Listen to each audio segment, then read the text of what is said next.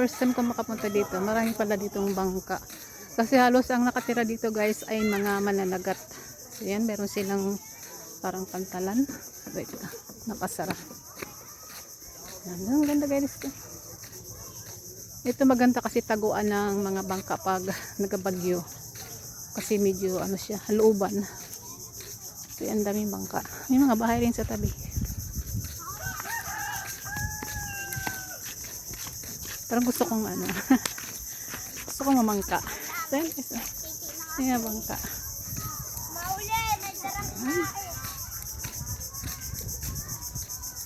Ito guys yung ginagamit nila panghuli ng isda. Ito yung tawag na kitang. So yan.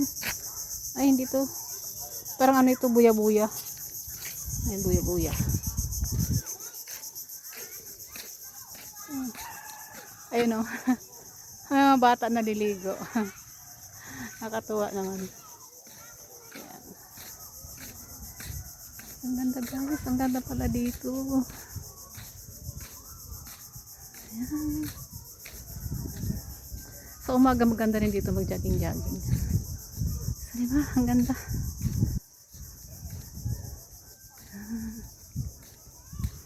Doon sa dulo, ibig sabihin doon, malalim. Pwede mag yung malalaking bangka. Mga lancha siguro pwede. Nakakatawa naman, oh.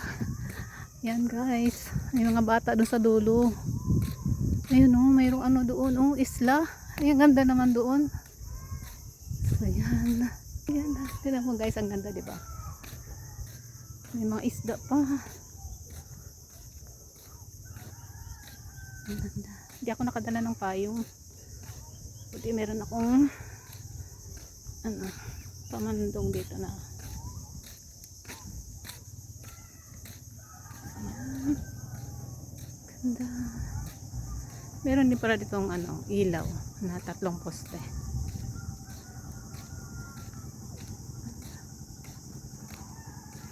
Tingnan natin guys, meron mga bata doon sa dulo. Ano kayang lugar yan? Oh, mayroong malinis doon banda sa kabila. Parang may mga bahay din.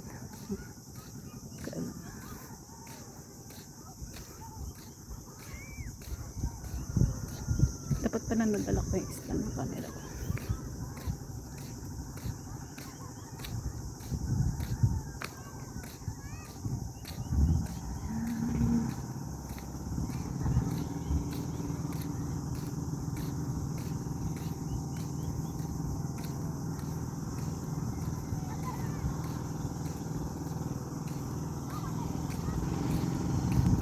So yun guys, yung mga bata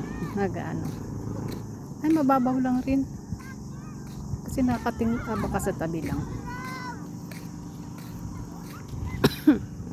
Inubo na ako yan sa mga bata naliligo.